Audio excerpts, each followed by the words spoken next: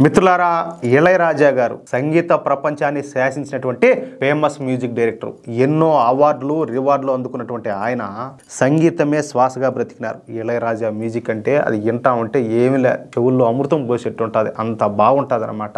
ఇప్పటికి కూడా ఆయన పాటలు సోషల్ మీడియాను ఊపేస్తూ ఉంటాయి, అంత అద్భుతంగా ఉంటాయి.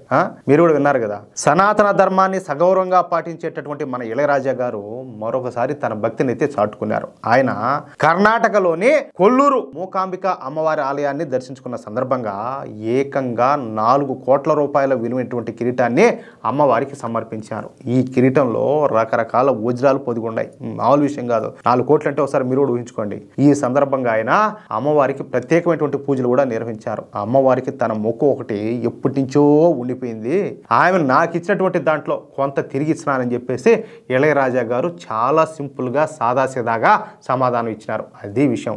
గొప్పతనం అంటే ఎట్లుంటుంది అంటే అట్లుంటుంది. ఆయన అంత పెద్ద కానుక ఇచ్చినా కూడా ఆవిడ నాకు ఇచ్చిన దాంట్లో, అంటే అమ్మవారు నాకు ఇచ్చిన దాంట్లో కొంత ఆమెకు నేను తిరిగి ఇచ్చానని చెప్పేసి ఎంతో సాదాసీదాగా హుందాగా చెప్పినాడు. కొంతమంది ఉన్నారు రూపాయి పెట్టి వాళ్ళు చేసుకునే ప్రమోషన్స్ అవి వేలు కాదు లక్షల రూపాయలు చేస్తారు, అట్లుంటుంది. మొత్తానికైతే ఇళయరాజా గారికి ఒక హిందూగా నేనైతే హ్యాట్స్ ఆఫ్ చెప్తున్నా. ఇలాంటి వాళ్ళు మరింత మంది ముందుకు రావాలి, అప్పుడే మన సనాతన ధర్మం ఇంకా ముందుకు సాగుతుంది చాలా గొప్పగా.